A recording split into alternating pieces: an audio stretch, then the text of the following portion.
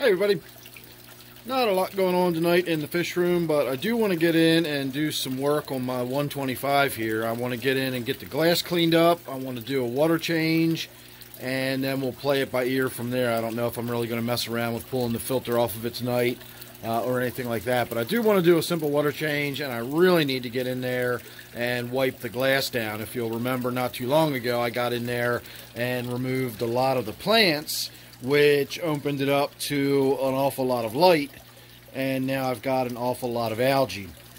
So a while ago I shot a video about doing what I do, and then you get the results that I get, and I don't remember what I titled it. I think I titled it something to the effect that if you don't want what I have, don't do what I do, or something like that. And I got the impression from a few people that they interpreted that as kind of a snarky video, basically saying if you don't like my videos or you don't like my aquariums, and you don't have to watch my videos. And that's not what I meant at all. I was really trying to convey the idea that, if I do things, a lot of times we have unexpected outcomes or unintended outcomes. Maybe we have undesired outcomes, like in this case. I opened the tank up and it looked great, but now we've got algae everywhere. So if you were simply following along step by step with everything I did, you too would now be dealing with a big outbreak of algae in your tank. So that's why I say that I'm not really a how-to video. I really do just try to share my experiences with everybody, and in a lot of cases the experiences you'll get are experiences like this, where I do something that causes me to have a big explosion of algae in my tank, so now I've got to deal with this. So tonight the way we're going to deal with it is simply getting in there and wiping the glass down. I'm not going to worry too much about the algae that's growing all over everything on the inside of the tank. You can see I'm getting pretty much a shag carpet effect going on in there, but we'll cross that bridge later. I'm not too worried about that at the moment. I don't think it's going to get too out of control, and if it does, I've got a secret weapon, which is a Siamese algae eater. I've got some in one tank that I can pull one or two of them out of there if I needed to, or I've got a fish store where they pretty much always have Siamese algae eaters available. And yes, I do mean a Siamese algae eater, not the Chinese algae eater. Siamese algae eaters absolutely devour this Spirogyra hair algae.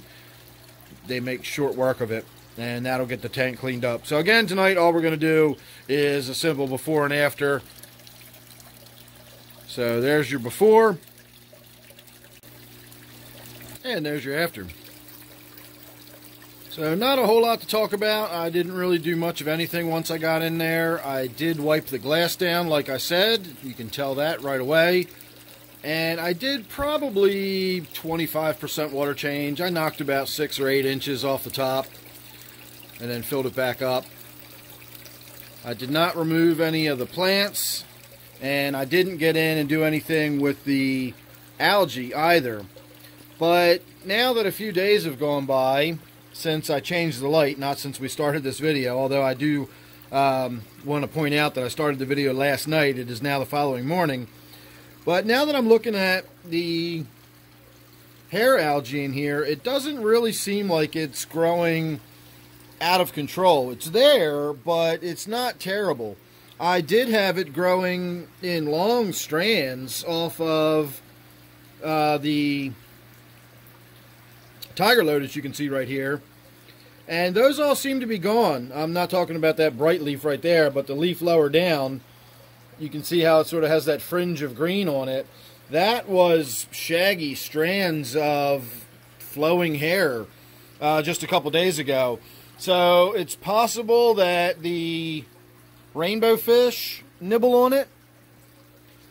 It's possible that the shark in there nibbles on it, and it's honestly likely that the gourami nibbles on it. Gouramis are voracious vegetation eaters.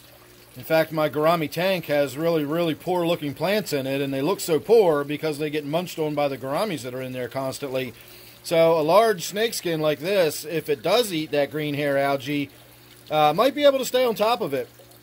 I find it interesting that I got such an explosion of it all of a sudden, and now it almost seems like it's kind of going the other direction and fading away.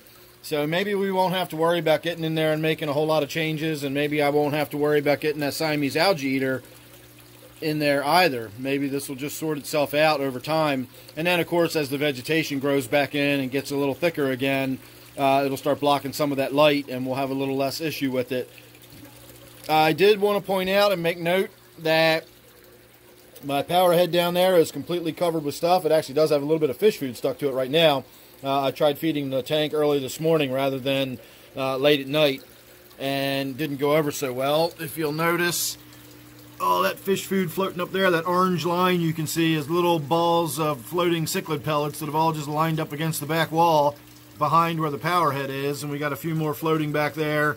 So they'll get nibbled up throughout the day. They'll eventually take on enough water that they'll sink, and they'll get eaten up, so I'm not too worried about it. I'll just have to remember tonight not to feed the tank too heavily. But as far as the power head, I did leave all of the leaves and crud on the power head. I did that deliberately. I know it may not look good to some people. I personally don't care. It doesn't bother me. But what it's doing is it's reducing the flow of water. That's a 1,500 gallon per hour power head. And now that I've opened the tank up so much by removing so many of those plants, the last time I was in there, you can really see we've got some vigorous flow in the tank. If you look at the crypt in the front of the tank, you see how those fronds are just flowing around. There is a constant clockwise flow of water. And when I say clockwise, I mean it's flowing across the back, around, and then down this way across the front, and going around like that. And it is a pretty significant current. So having that power head slightly hindered by having some of that junk stuck to it actually reduces the flow of water a little bit. But as you can see, I've still got plenty of water circulation through this tank. So that's about it. Like I said, not a lot to talk about. I didn't really do anything other than wipe the glass, drain some water, fill it back up, and then let the tank settle down so it looks nice and clear again. And so there you are. Alright everybody, I'm going to say thanks for watching. Make sure you're subscribed. You don't want to miss anything I got coming up. And then don't forget, of course, this one is my 125 gallon tank. So thanks again for watching. I'll see you real soon in the next one.